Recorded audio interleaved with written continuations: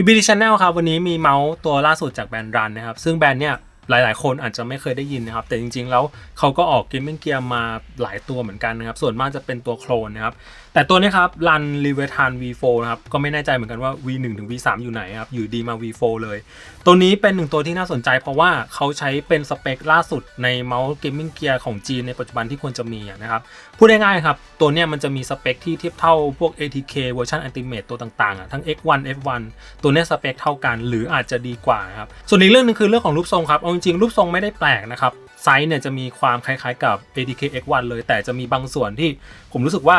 สร้างความแตกต่างแล้วก็น่าใช้เหมือนกันคลิปวันนี้ผมไม่อยากให้มองข้ามครับเพราะผมคิดว่าตัวนี้เป็นอีกหนึ่งตัวที่น่าสนใจเทียบเท่ากับ ATK ได้เลยมาดูรีวิวกันครับ Run Leviathan V4 ครับ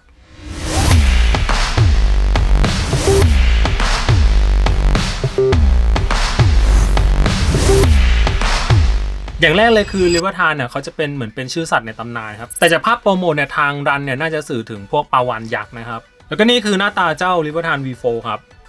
สีที่ผมเลือกมาเป็นสีน้ำเงินนะครับซึ่งเป็นสีหายากเหมือนกันนะครับซึ่งเขาก็จะมีขาวดำแล้วก็น้ำเงินตัวนี้ครับเพื่อนๆลองดูดีเทลงานดีไซน์ครับด้านล่างเขาจะเหมือนเป็นเนี่ยเป็นลวดลายนิดๆนะครับ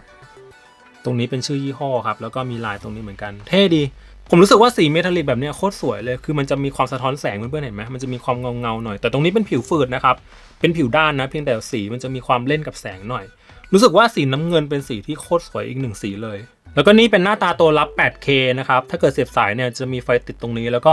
ข้างบนเขาจะมีสวิตช์นะครับให้เราสามารถสลับ polling rate ได้ซึ่งมันก็จะเปลี่ยนไปเรื่อยๆนะครับประมาณนี้ตัวเมาส์ครับเป็นเมาส์ที่ไซส์ไม่เล็กนะครับไซส์ใหญ่พอสมควรนะน้ำหนักตัวนี้ครับอยู่ที่ราวๆ53.8 ครับก็กลางๆค่อนไปเบาเหมือนกันเรื่องรูปทรงครับเป็นเมาส์สมมาตรนะครับพื้นด้านล่างตรงกลางแคบนะครับท้ายบานอ่อนนะครับสัดส่วนผมรู้สึกว่ามีความเท่ากับพวก Viper VT Pro เลยนะครับขอเปรียบเทียบกับตัวนี้ก่อน ATK X1 นะครับซึ่งเป็นโคลน Viper เนอะอย่างที่เรารู้กันดูพื้นด้านล่างนะครับไซส์เท่ากันเลยพอๆกันเลยเท่ากันเลยนะครับด้านหน้านะครับรู้สึกว่าเจ้า V4 จะมีความแคบกว่านิดนะครับ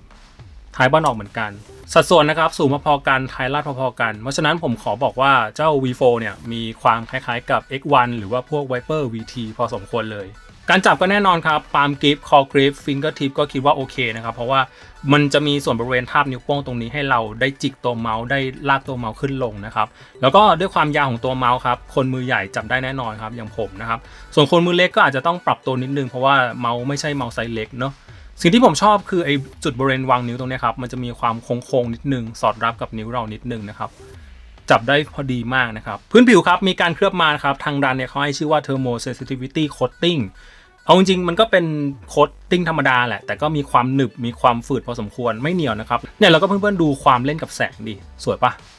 ผมรู้สึกว่าเป็นเมาส์หนึ่งตัวที่โคตรสวยเลยอะข้างล่างครับเราจะเจอกับฟีดเมาส์ผืนใหญ่แล้วก็สวิตช์ตรงนี้เป็นสวิตช์เปิดปิดนะกดค้าง3 วิเพื่อเปิดหรือปิดนะครับซึ่ง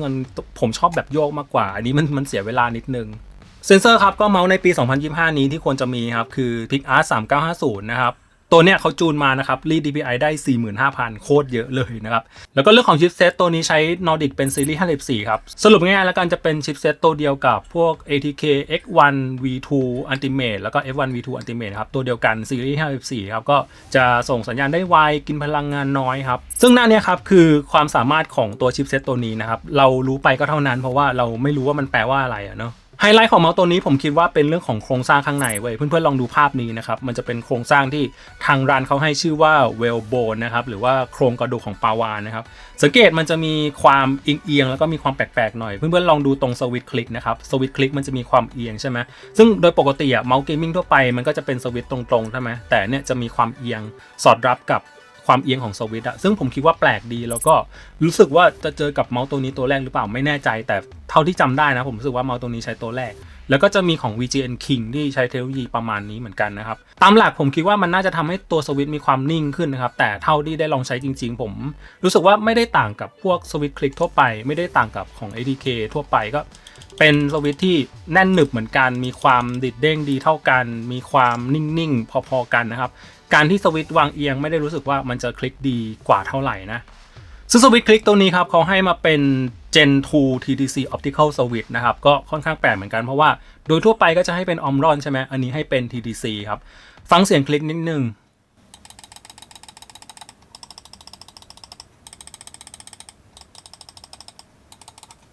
ตัวสวิตช์นิ่งดีนะครับแล้วก็ผมรู้สึกว่าใช้แรงกว่า Omron นิดหน่อย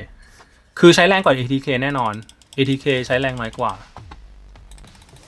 แต่สวิตช์นิ่งครับสวิตช์นิ่งดีมากสคอร์วิวมีความยึกยักนิดหน่อยแต่ไม่ได้เป็นปัญหาอะไรนะ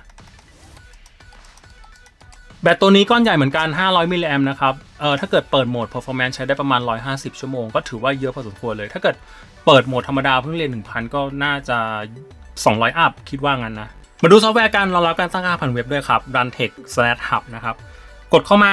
คือซอฟต์แวร์เข้ามามันจะเป็นภาษาจีนนะครับให้เพื่อนๆมาเลือกภาษาตรงนี้ก่อนนะเป็นหน้าเดียวง่ายๆเลยนะครับอันนี้ remap ปุ่มนะครับแล้วก็เรื่องของ DPI เนี่ยโคตรเยอะเลย 45,000 ครับซึ่งเขาจูนมาแหละก็เยอะเกินไปด้วยซ้ำตรงนี้ครับ polling rate ครับสังเกตว่าจะปรับได้แค่ 1,000 นะครับเพราะว่าเราใช้โหมด standard อยู่ซึ่งดูตรงนี้ครับข้างบนนะครับจะมี standard กับ run gaming นะครับมาดู standard ก่อนตรงนี้ก็เรื่องของการประหยัดพลังงานนะครับ office low power high power พูดง่ายๆก็คือตัวเมาส์ใช้พลังงานมากขึ้นอะไรประมาณนี้นะครับถ้าเกิดเป็นสายจริงจังเกมมิ่งก็มาเลือกที่ HP ตรงนี้นะ LOD ครับ Rip Audit 10 ครับ Low Medium High ครับคิดว่าน่าจะเป็น 0.7 1 แล้วก็ 2 ครับตรงนี้ครับ Surface Quality เนี่ยมันคือคุณภาพ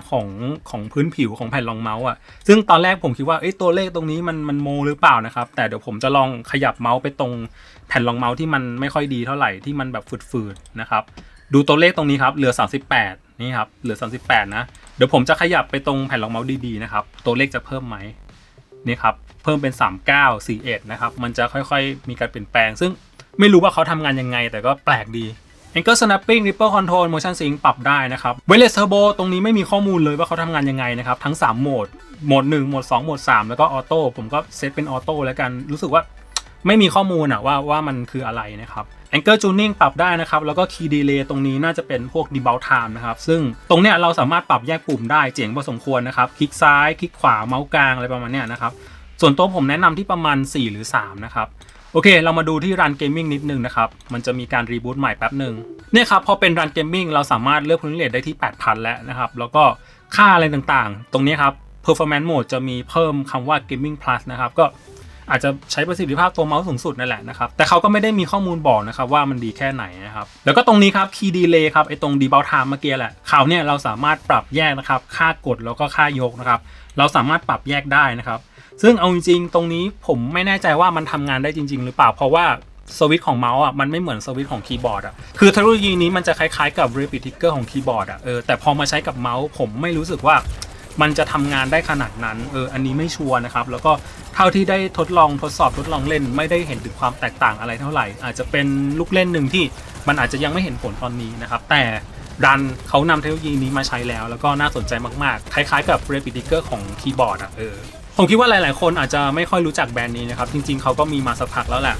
ช่วงแรกๆนะครับเขาก็มีการเรียนแบบรูปทรงตัวนู้นตัวนี้เรียนแบบ Razer Viper นะครับแล้วก็รูปทรงตรงเนี้ยรูปทรงเจ้า Rivetan V4 เนี่ยผมรู้สึกว่ามันก็ไม่ค่อยได้แปลกใหม่อะไรมันก็มีความคล้ายๆกับเมาส์ในตลาดเหมือนกันเรื่องของไซส์ก็มีความใกล้เคียงกับพวก ATK X1 มีไซส์ที่พอๆกันเลยนะครับฟีดใกล้เคียงกันเลยตำแหน่งเซนเซอร์ใกล้เคียงกันเลยเพียงแต่ว่ามันอาจจะมีดีเทลบางอย่างที่ทำให้แตกต่างกับ X1 พอสมควรเลยอย่างแรกคือเรื่องของเทคโนโลยีนะครับเรื่องของโครงสร้างข้างในที่มีความเป็น 2025 มากขึ้นมีความใหม่มากยิ่งขึ้นแล้วก็ราคาครับ2แบรนด์นี้ใกล้เคียงกันนะระหว่าง ATK X1 Ultimate กับ Rivetan V4 ผมรู้สึกว่าราคาใกล้ๆกันถ้าถามผมเลือกตัวไหนดีผมก็แอบตอบยากเหมือนกันคือไซส์มันก็พอๆกันไม่ได้แตกต่างกันเท่าไหร่นะครับเพียงแต่ว่างานดีไซน์สวิตช์ข้างหน้ามีความต่างกันเล็กๆแต่โดยรวมก็ใกล้ๆกันนะไม่ได้รู้สึกว่าตัวไหนจะจับได้ดีกว่ากันตัวไหนจะเล่นได้ดีกว่ากันนะครับคือเรื่องเทคโนโลยีผมมีความรู้สึกว่า Rivetan ใหม่กว่ามีเทคโนโลยีเรื่องของสวิตช์ที่ปรับแยกได้ค่ากดค่ายกซึ่ง X1 Ultimate ยังทำไม่ได้นะครับส่วนเทคโนโลยีอื่นๆนะครับก็เหมือนกับเมาส์จีนทั่วไปเหมือนกับเมาส์ของ ATK ทั่วไปแหละมันมีความใกล้เคียงกันไม่ได้แตกต่างกันเท่าไหร่นะเพียงแต่ว่าผมแอบรู้สึกว่าตัวนี้มันสวยว่ะเพื่อนๆลองตัดสินเองแล้วกันว่าน้ำเงินเมทัลลิกแบบนี้มันสวยแค่ไหนนะครับก็ถ้าใครสนใจผมปักตะกร้าไปแล้วนะครับมี3สีนะครับแล้วก็ไม่แน่ใจว่าสีน้ำเงินมันหมดไปหรือยังเพราะว่า มันสวยจริงๆเพื่อนๆลองพิจารณาดูแล้วกันว่าที่ผมพูดมันถูกไหมนะครับประมาณนี้คิดว่าไงครับกับเมาส์ตัวนี้ครับ